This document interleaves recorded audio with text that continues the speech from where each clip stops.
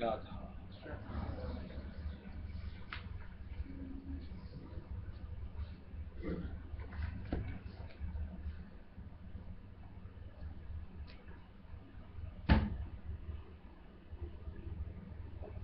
देखो, दो चीज ऐसी होती है ना, एक थ्योरी एक प्रैक्टिकल।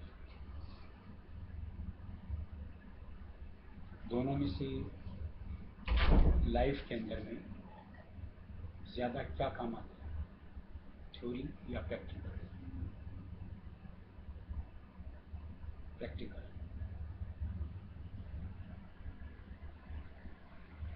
कोई अगर सिर्फ थ्योरी तक अपने आप को सीमित रखता है, मेरे पास सब जानता है, वो जिंदगी में कितना सफल होता है?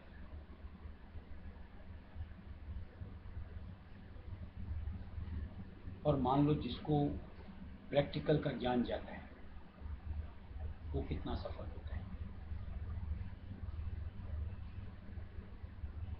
अगर परसेंटेज वाइज देखो, हमेशा थ्योरी पीछे रह जाती है, प्रैक्टिकल वाला ठीक जिंदगी में अपने आप को तरक्की तक ले जाता है। ये चीज हमारे परमार्थ में भी लागू पड़ती है।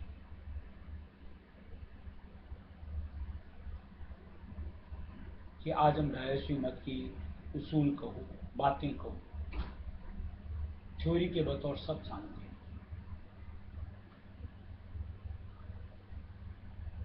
कि क्या राधा स्वामी, क्या उसमें बताया जाता है, कैसे रहना, क्या करना, कैसे अपना सुधार करना। मान लो थ्योरी सब अपने पास, अगर वो हमारी जिंदगी में प्रैक्टिकल के स्वरूप में परिवर्तित नहीं होती, तो हम अपनी परमार्थ के हिसाब से जो सीढ़ियां, उसमें अपने आप को ऊपर कहाँ कैसे पहुंचा पाएंगे?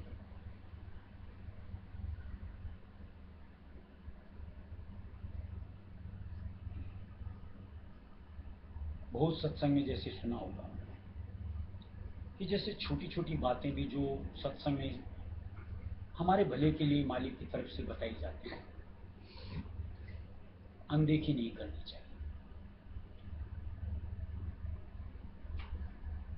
यानी उसको बतौर एक ज्ञान सिर्फ अपने से जोड़ करके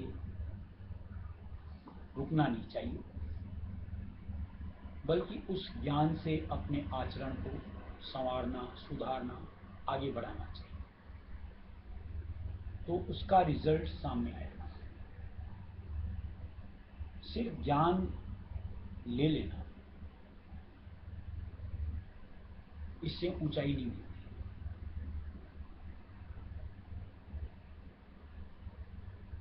जैसे मानो स्कूल में बच्चों को पढ़ाया जाता है चाहे 2 2 4 बोलो, चाहे 2 गुना 2 4 बोलो, और अगर आंसर पेपर में बच्चा अगर 2 2 4 की जगह 6 लिख के आ जाए,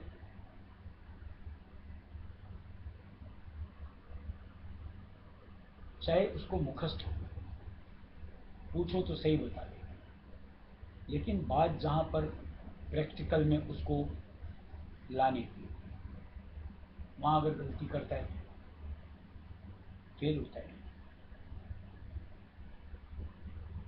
ऐसी जो परमार्थ की सूझ मालिक की तरफ से हम लोगों को मिलती है, चाहे कर्मों के ऊपर हो, चाहे परमार्थ की डगर के ऊपर के लिए हो, अगर हम उससे अपनी जिंदगी में नहीं उतारते, यानी जिंदगी जीने का सलीका उस अनुसार नहीं बनता, तो परमार्थ का फल नहीं मिलता और कर्म से छुटकारा नहीं होता। जैसे बोल अभी बात की, जैसे 2 2 4, ऐसे हम सबके पास बतौर एक सूझ के, जैसे छोटी सी बात की, मान लो झूठ बोलना पाप है, सब जानते, किसी से भी पूछ लो, बच्चे से लेके बड़े तक। और अगर हम अक्सर झूठ का इस्तेमाल करते हैं तो वो ज्ञान तो एक तरफ रह जाता है, और झूठ चूंकि बोल चुका जाता है, कर्म से अपने आप को भारी कर देता है, यानी वो ज्ञान हमारे जिंदगी में नहीं आया, इसलिए हमने अपने आप को उससे छुटकारा नहीं दिलाया।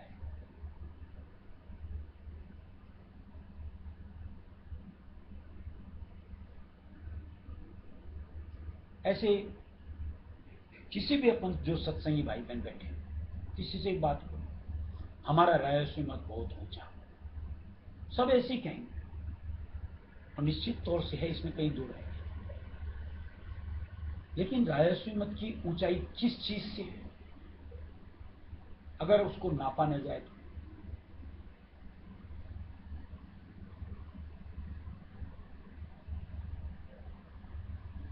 अगर उसकी कोई भी चीज को यूं कहो वाकिफता न ली जाए अनुभव से, तो क्या वो वाचक ज्ञान जो हमारे पास होता है, क्या उससे हम अपनी जिंदगी का उत्थान या यूं कहो उद्धार हासिल कर सकेंगे?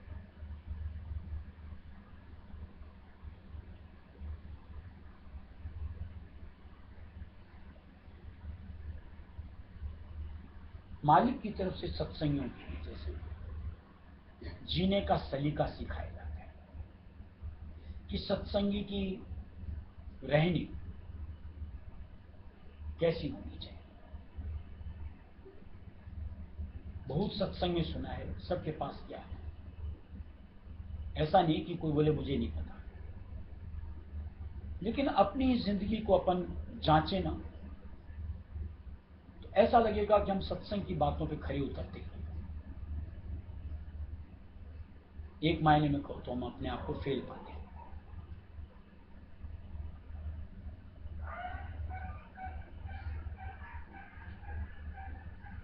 ऐसे में कोई भी अंग से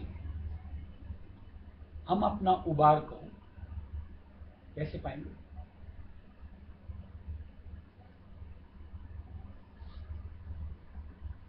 अब वो हम कोई सा भी बोल,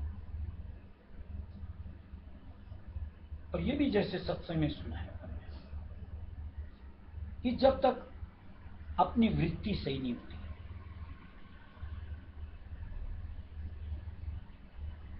यानी परमार्थ के अनुसार हमारी चेतन का सिमटा हो और शब्द के साथ उसका जुड़ना, यानी जब अपन रायसुमी रायसुमी रायसुमी देखते, ये नहीं हो पाया, और वही हाल हम लोग अपनी जिंदगी में पाते हैं कि जब भी नाम से अपन जुड़ते हैं तो नाम के साथ हमारा संजोग नहीं बन रहा। नाम के साथ संजोग का मतलब समझ में आता है कि जिसका किसी का भी, मान लो किसी ने सुधार अपना किया है और नाम के साथ उसका संजोग बनता है, उसको तन की शुद्ध नहीं रहती।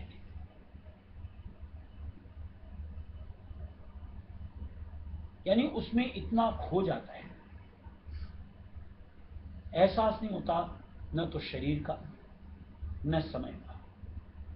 और ये एक आनंद जो शब्द के अंदर समाहित होता है, उसकी अनुभूति पाता है।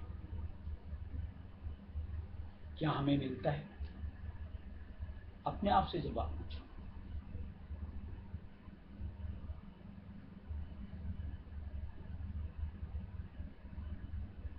यानी मन की यूं को स्थिरता, उसका केंद्र कहां पर?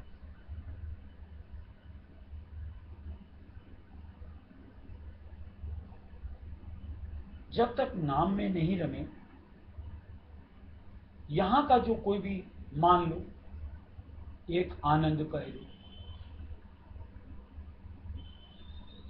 क्या वो हकीकत में आनंद होता है? ये तो हम लोग मान लो एक सोच, एक कल्पना करते हैं, क्या इसमें बड़ा मजा आया, बड़ा आनंद आया। एक बात सोचना चाहिए कि किसी को अगर आनंद आया या मजा आया, उसकी तवज्जो वहां स्थिर हो जानी चाहिए।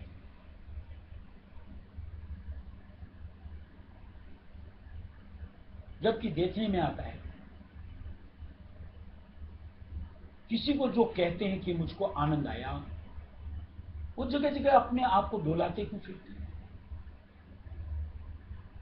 अगर आनंद आया तो वहीं अपने आप को टिका करके रखना क्या उचित नहीं लगता कि उस आनंद का आनंद लेते जाओ?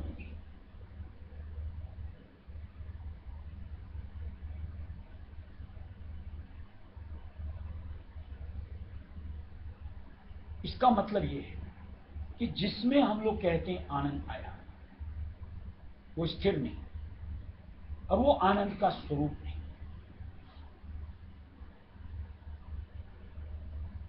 इसके लिए जो संतों ने सार निकाल करके दिया कि जिस आनंद की अनुभूति हमने की होती है, जिसको हम कहते हैं आनंद आया, वो वहां नहीं जिससे आपने कहा कि मुझे वहां से आनंद मिला, बल्कि वो आपके अंतर की अनुभूति है कि वो उस वक्त आपकी मन की स्थिति वहां टिकी और कहीं आपने अपने आप का संजोग किया, सुरत यानी आत्मा का। और ये उसका गुण, उसकी अनुभव कहो, अनुभूति कहो, हम पाते हैं।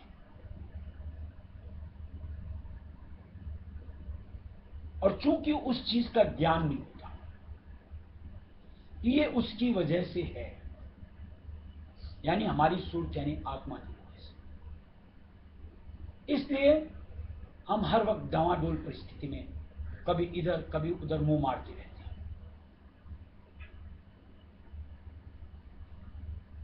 अब चूंकि संत मत राय सुमत से हमने अपने आप को जोड़ दिया और एक समझ मालिक की तरफ से जो मिली, और उसका एक तरीके से कहो एक्सपीरियंस हमको मिलता है, अनुभव, ये हकीकत में आनंद ये है, इसकी वजह से। तो क्या सत्संगी के बतौर हमारा अंतर नहीं चाहना चाहिए कि अगर ये इसी का गुण है, इसी से मिलता है, तो मैं इसके साथ अपने आप को क्यों ना कनेक्ट करूं हमेशा? यानी जो जगह जगह भटकने की स्थिति है, उससे क्या छुटकारा नहीं होना चाहिए?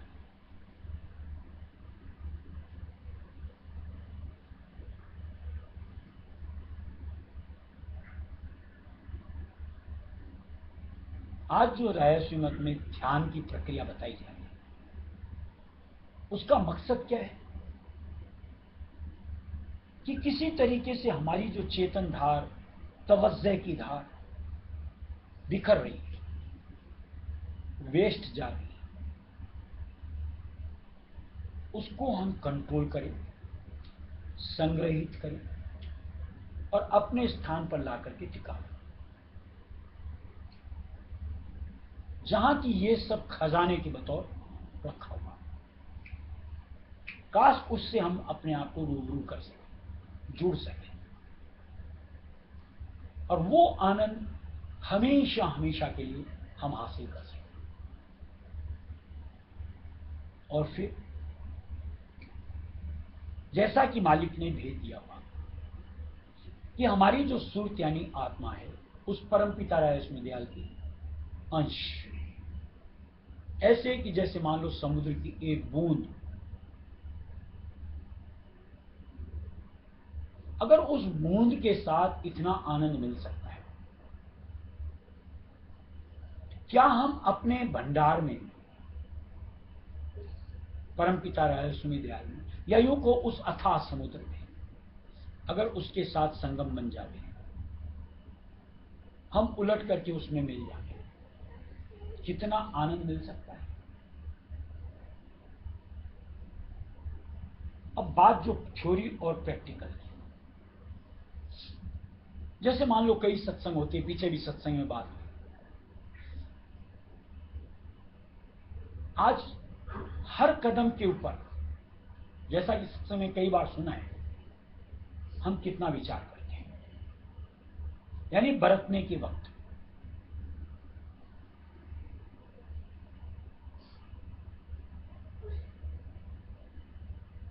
और नहीं करते तो क्यों नहीं करते? क्या इतना होश हमको नहीं होता कि क्या हम अज्ञानी प्राणी हैं कि जिसको हमको खाका ही नहीं समझ में आया कि कैसे हम अपने ऊपर कर्म लादते चले जा रहे हैं,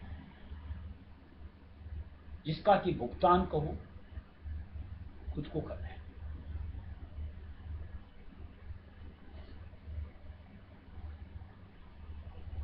चाहे वो चेतनता के नुकसान का हो,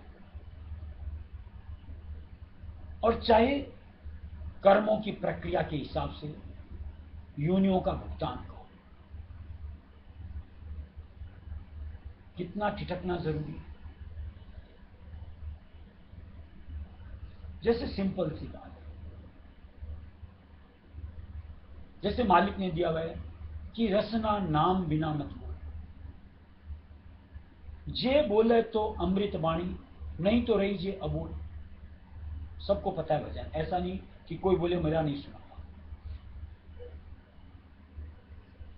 हम कितना अबोल रहते हैं और कितनी मीठी वाणी बोलते हैं,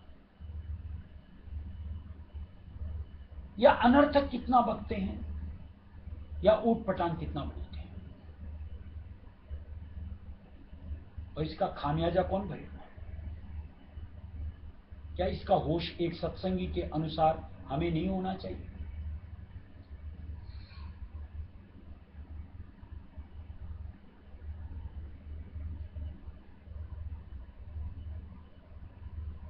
आज किसी को अगर हमारी जुबान से उसके दिल को दुख पहुंचा, जिसको हमने कड़ा कहा, क्या हम सोचते हैं कि उसके दिल से हमारे लिए दुआ निकलेगी?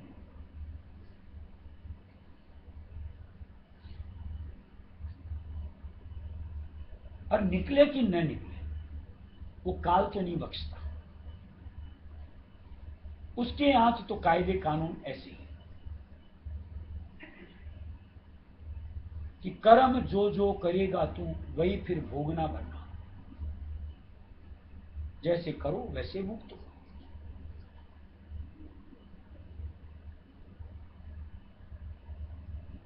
किस इंद्रिय को किस अनुसार व्यवहार में लेना,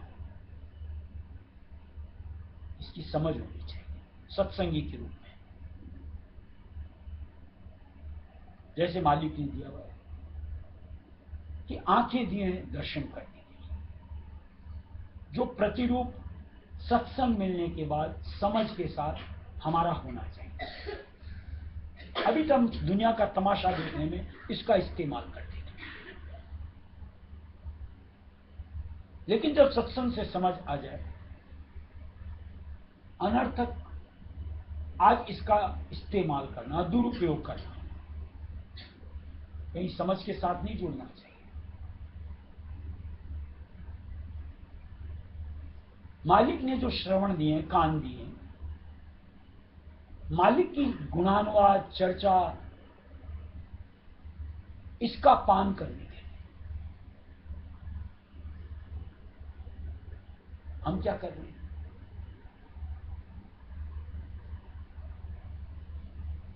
जुबान की तो जैसे भी बात की कि मालिक का नाम लो, मालिक का गुणानुवाद गाओ,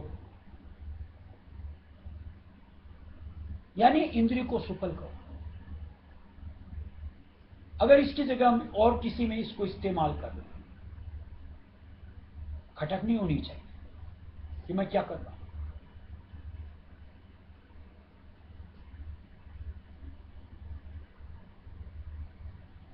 और ये सब जो अंग हमारे हैं, कहीं इस मन की सोच समझ से जुड़े होते हैं, जिसको कि हमें खुद को समझाना है, बुझाना है, धर्रे पे लाना है। सोच और समझ ये तो मालिक की तरफ से हमको मिलती रहती है, खूब मिली है, लेकिन हमको उसके सोच से जुड़ करके अपने आप को परिवर्तित करना है, ताकि हम दुरुपयोग ना करके इनका सदुपयोग करके अपने लिए फायदा उठाएं। अब इसमें कोई दूसरा क्या हमारी मदद कर सकता है, या इसमें किसी दूसरे की क्या दखलंदाजी हो सकती है? जैसे हम लोग अक्सर कहते रहते हैं, उसने ऐसा किया तो मैंने ऐसा किया, करते रहते ना हम लोग। दूसरे के ऊपर हमारा अधिकार नहीं चलता,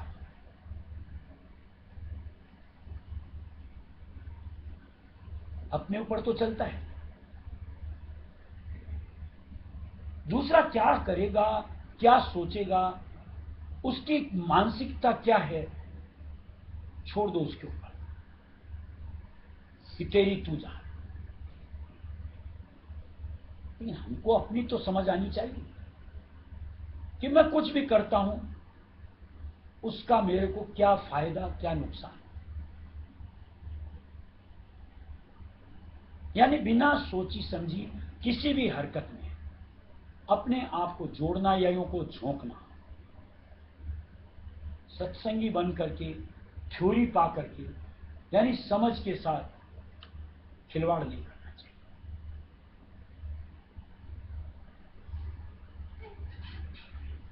और ये कर्मों का ये जो बही खाता जिसको कहते हैं, अगर ये निरंतरता हमारी जिंदगी की रही, जीवन शैली, इसका अंत नहीं आएगा। और जब तक उसका हिसाब किताब बराबर नहीं होगा, तब तक ये लोग अपनी कैद से रिहाई नहीं देंगे, यानी इस मंडल से निकल करके आगे की तरफ, यानी निज घर की तरफ नहीं जाएंगे। जैसे देखो, ये जो पासपोर्ट वीजा होते हैं,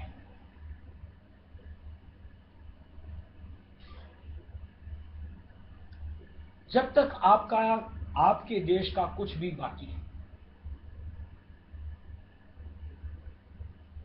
तब तक आपको वीजा नहीं मिलता।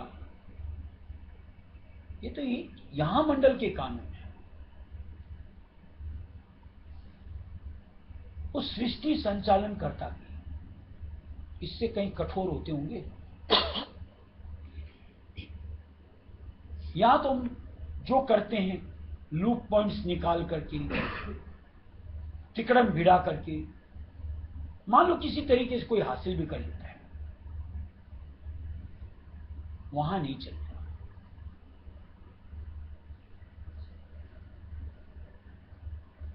वहां कोई लो पॉइंट होता ही नहीं और वहां कोई इस तरीके की तिकड़म भी नहीं चलती, जिसके लिए महाराज साहब कहा करते थे कि पूरी वीडियो रील आपको घुमा करके दिखा दी जाती है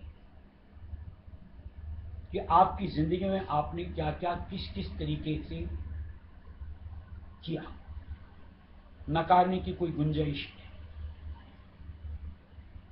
यानी सफाई देने का कोई मौका ही नहीं मिलता।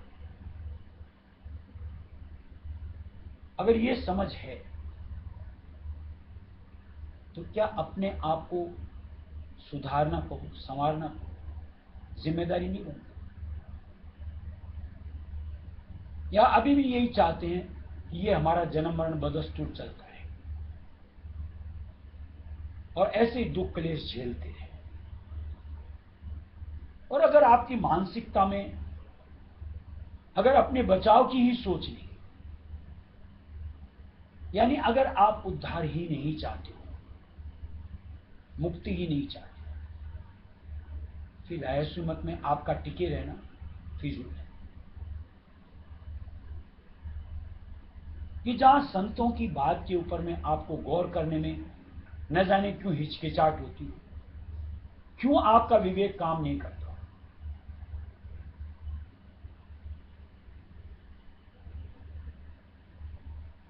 लांछन तो हम पर लगता ही लगता है, लेकिन साथ में बदनामी हमारे मालिक की भी होती है, जिसका कि हमको अधिकार नहीं होता कि हम उनके कहा करके और उन्हीं के नाम को लज्जित करें।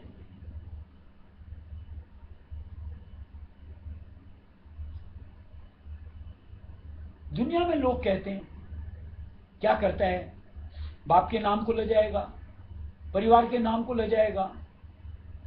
यहां लोग हिचक करते हैं और उस सोच के साथ कहीं अपने कदम पीछे खसका लेते हैं।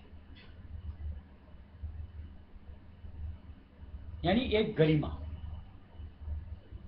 यहां तो मालिक ने जो हमको रुतबा बख्शा है, सत्संगी एक नाम देकर, कहीं समझ होनी चाहिए ये खिलवाड़ अब और नहीं, न अपने साथ और न उस परम पिता राय के साथ, कि जिन्होंने अथाह मेहर दया करके शरण की बख्शिश, नामदान की बख्शिश और मालिक के हिसाब से जो हमारे कर्म, उसकी रूपरेखा अपने हिसाब से निर्धारित, यानी काल की तरफ से जाति वाले नहीं, रहम दिली के साथ। कहीं हमारे मन में एक विचार, इन्हें अब तो हर कदम फूंक फूंक करके संभल करके एक सत्संगी के बतौर मेरा बनेगा, चाहे अचेतन अवस्था में ही क्यों हो, यानी चाहे स्वप्न अवस्था को हो और चाहे और कोई हालात हो, विवेक नहीं खोएंगे। यानी ये समझ रहेगी कि मेरे कर्म क्या दंड दे सकते हैं, या उन कर्मों से मैं कैसे मालिक की नजरों में नीचे गिर सकता हूं या ऊपर आ सकता हूं। और हमें निश्चित तौर से मालिक की नजरों में उनकी दया मेहर हासिल करने के लिए ऊपर आना है। ये विचार जिस दिन हो जाएगा, थ्योरी को प्रैक्टिकल में तब्दील कर लेगा और निश्चित तौर से आज हमारी ऊपर की मंजिल तय होती, यानी पायदान ऊपर चढ़ते हुए धूल पद तक अपने आप को ले जा सके। रहना जग जैसे कमल का, रहना जग जैसे कमल का,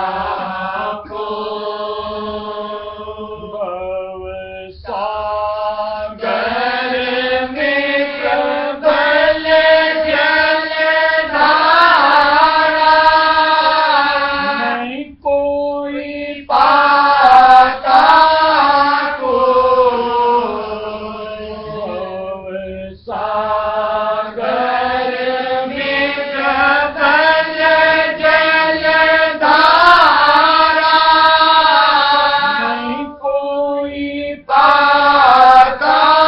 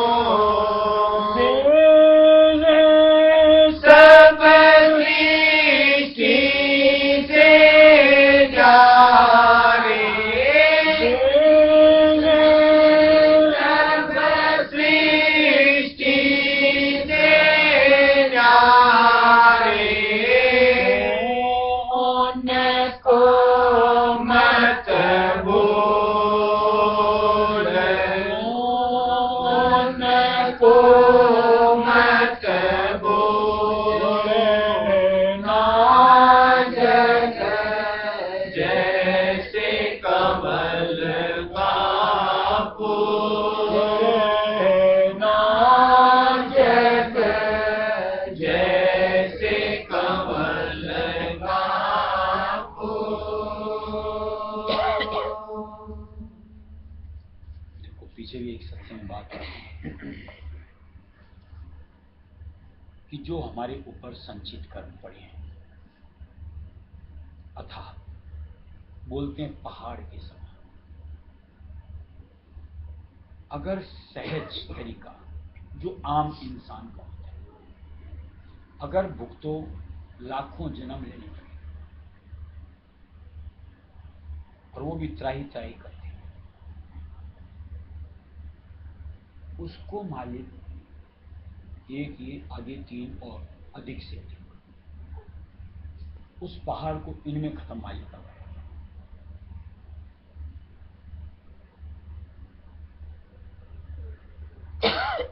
कैसे?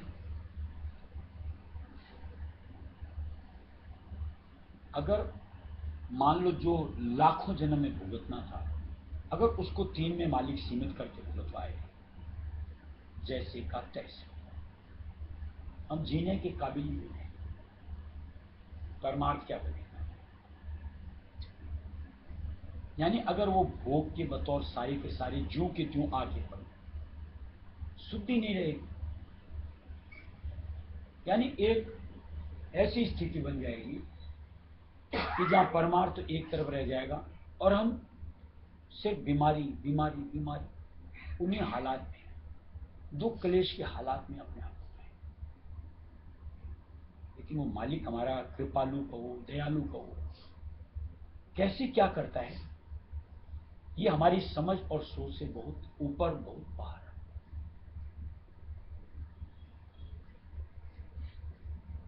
हमारा यानी बतौर एक सत्संगी का, सेवक के भाव कहो, चाहत कहो, ऐसी कि मालिक बस तुम्हारी मेहर दया से ही मुमकिन है जो कि सच्चाई है। यानी एक सत्संगी को हमेशा मेहर दया का ख्वाहिशमंद रहना चाहिए। उसी से ही हमारा गुजारा है और उसी से वो कर्म का हिसाब किताब बराबर होता है। और जिस किसी बिरले पर उस परम पिता की विशेष मेहर दया आ जाए, पल में क्या से क्या हो सकता है, कल्पना समझ सोच से बहुत बाहर। और वो मालिक कैसे रीझता है, कैसे दया बख्शता है, कैसे उनकी मेहर आती है, इसकी एक छोटी सी सार की बात। अगर हम उनके कहे में आ जाए तो मालिक हम पर यूं को बरसात अपने रहम की, कर्म की, यानी मेहर दया की भरपूर करता है। और वो दाता रीच करके यूं को पसड़ा 1 सेकंड में फाड़ करके स्वाहा, खत्म। कहां तो हमें भुगतने पड़ते और जाने जिंदगानियां लेनी पड़ती, और वो कहां मालिक हिसाब किताब भी उनका रफा दफा करवा देते हैं। अब क्या हम उनकी उतनी से को, यानी जो कहा जाता है वैसे करने में अपने आप को प्रस्तुत नहीं कर सकते? यानी एक जिंदगी का उसूल, अब मुझको तो वही करना, वही सोचना जो मुझे हिदायत हुक्म है। अगर इतनी मालूम सोचो मेहर दया मिल के, अगर इतने इस भुगतान से नक्की हो सकते हैं तो जो कि सच्चाई है, कोई प्रलोभन की बातें नहीं है। कई साल पहले एक सत्संग में बात हुई, वाकया बताया भी था कि वो मालिक कैसे कैसे रीझता है, आंखों देखी बातें बताते हैं। मैं तो अपने साथ बीती बता सकता हूं, दूसरे अपनी अपनी सोच लेना। बहुत छोटा सा था, कितना, जैसे महाराज 30 साल में था चोला छोड़ा, तो और 5-4 साल पहले की होगी, 25-1 साल का होगा।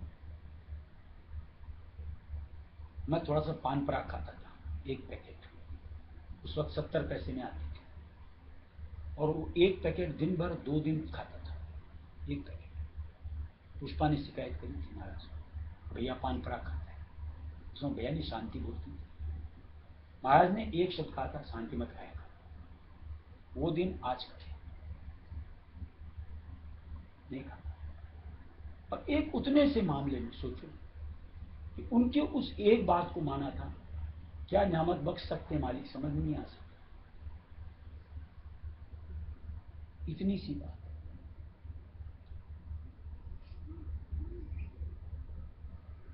जिसके लिए अपन भजन गाते हैं, कब वे दाता खुश हो जावे, वो मालिक कैसे कब खुश हो जाता है पता नहीं लगता। क्या दिया, उनका खुश होना है भारी, सत्य पुरुष निष्किल पधारे। बड़ा भारी है अगर और जतन करके करो तो, लेकिन ये जतन यानी जो कह दिया वो कर लो, बड़ा आसान। कभी कोई चीज के लिए ठान के देख लो, जो कही जाए, कैसे उनकी मदद मिलती है,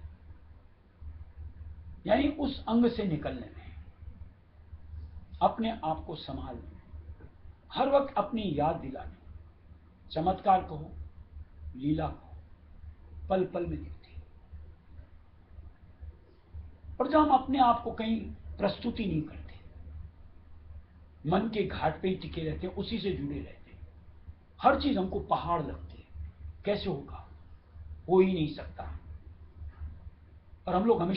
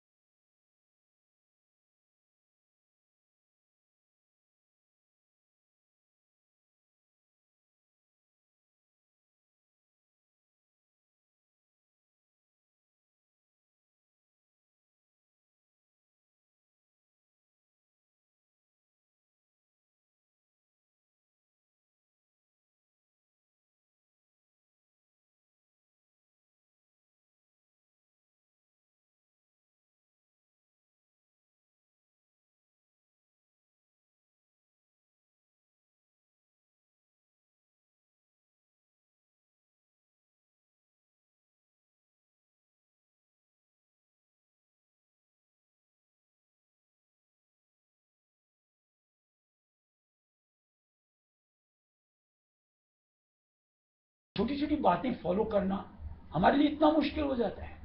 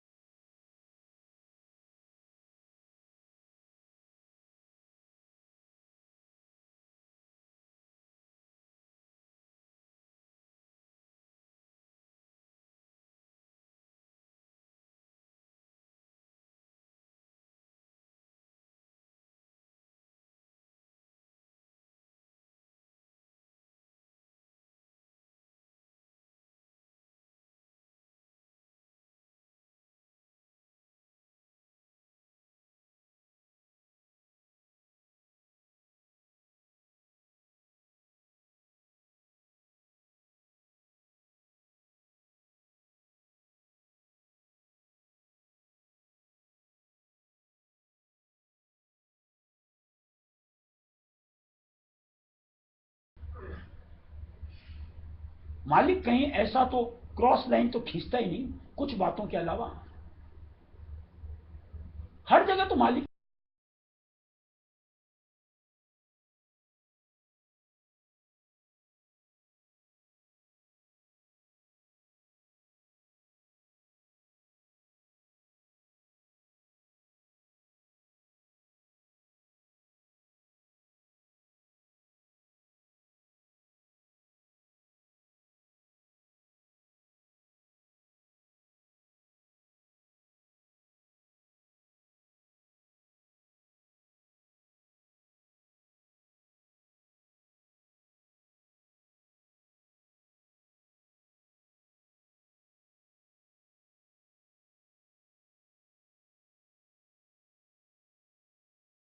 ताज्जुब नहीं लगता।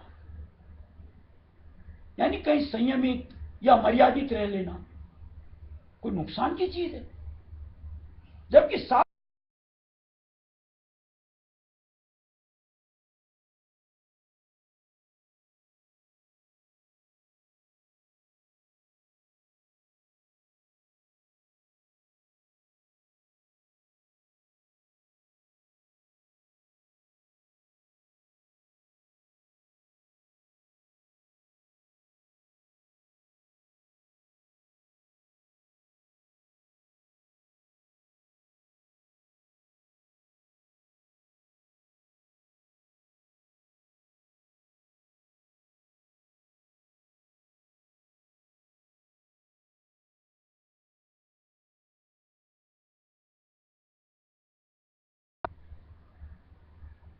खुद के ऊपर लज्जित होना पड़े, लेकिन विचार करें तब।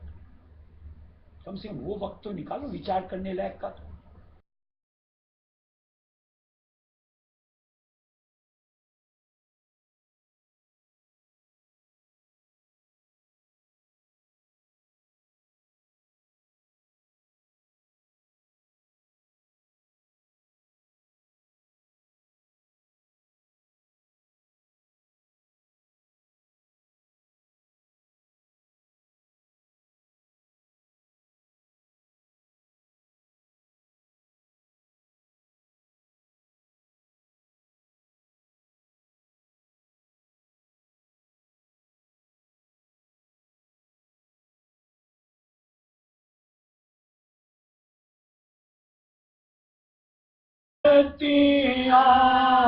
अमन हुई चित से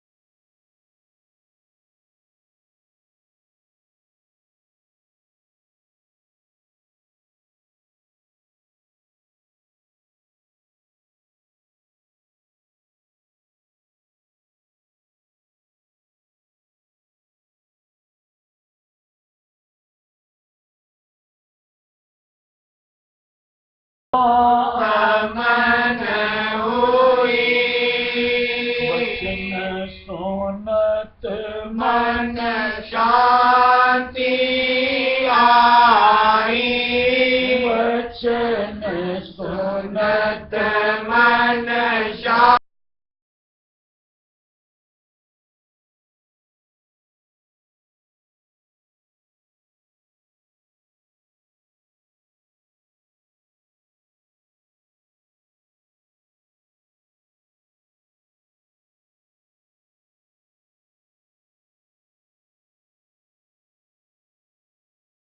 भजन करत जड़ा प्रेम तरंग मूर्ति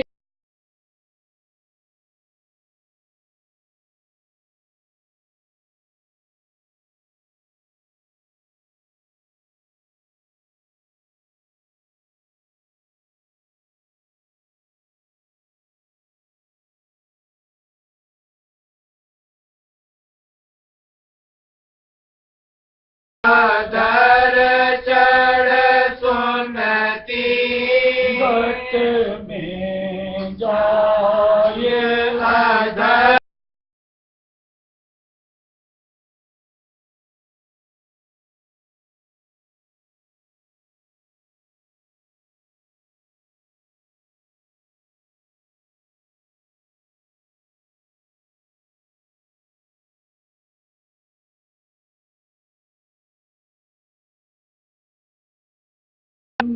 घंटा और गरज मृदंग मूर्ति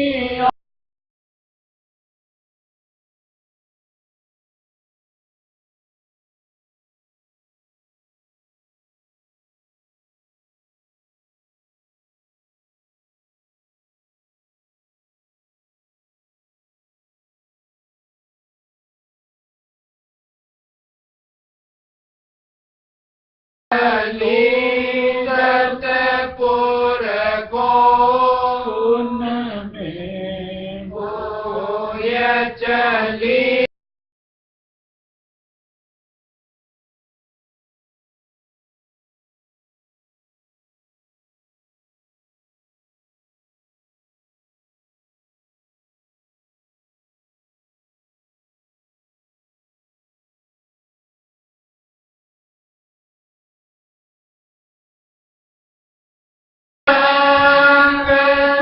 मूर्तिया अमन हुई गज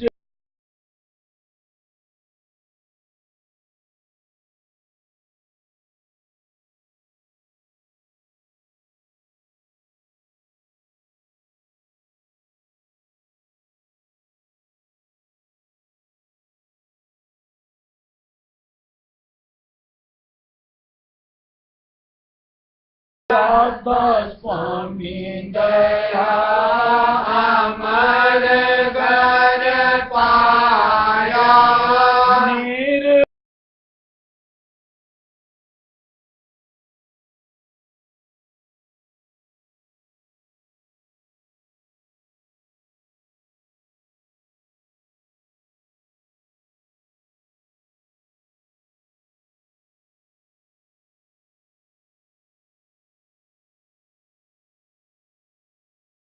गुरु संग मूर्तिया अमन हुई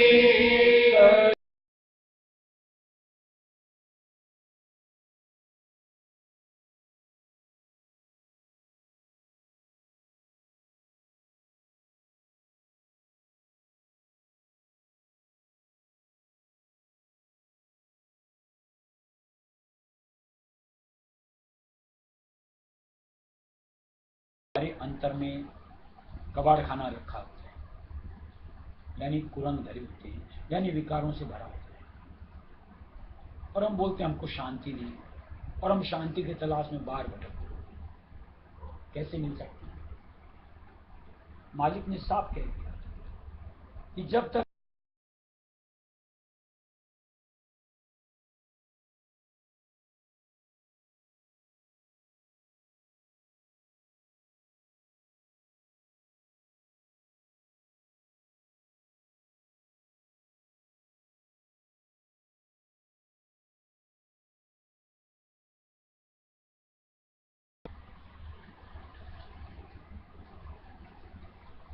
अगर समझ में आती है तो कहीं प्रयत्न शुरुआत तो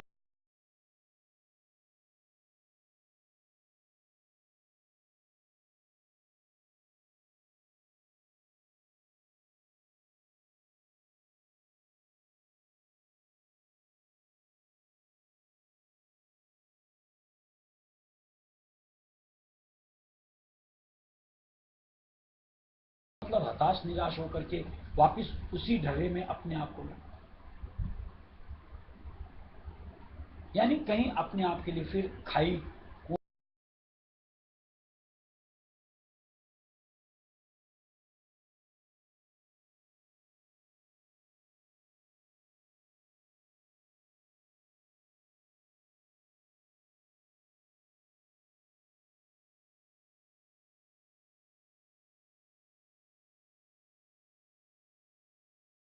से हम अपने आप को अलग करके परम पिता की निर्मल भक्ति अपने आप को जुड़ करके भक्ति फल नाम रूपी फल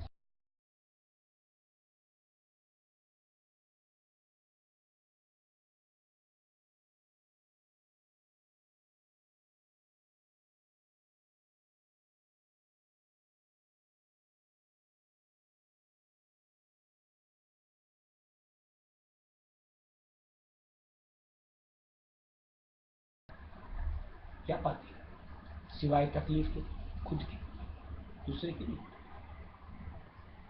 क्या पाते बताओ।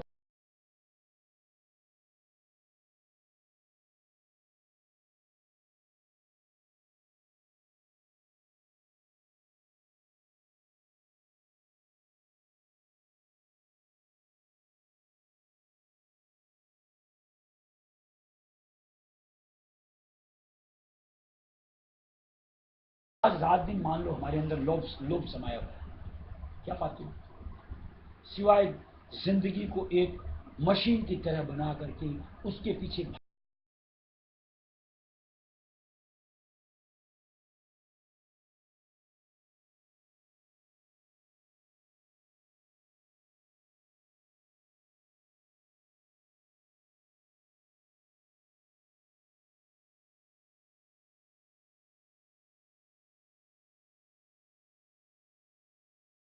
हमारा प्रयत्न उनसे छुटकारा पाना, अपने आप को सुधारना, अपने आप शुरू हो जाएगा। और जब तक समझ में नहीं आती बात, जिंदगी की जिंदगी ऐसी चली।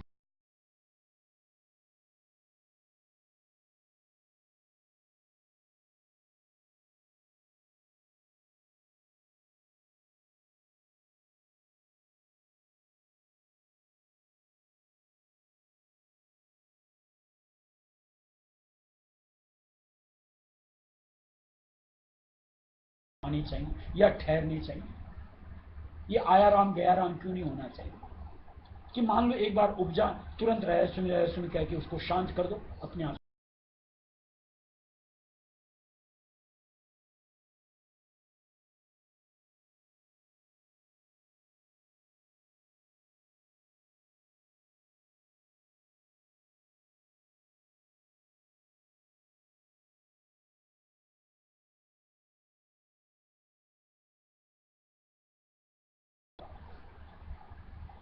आज से करो राधा करूं बिन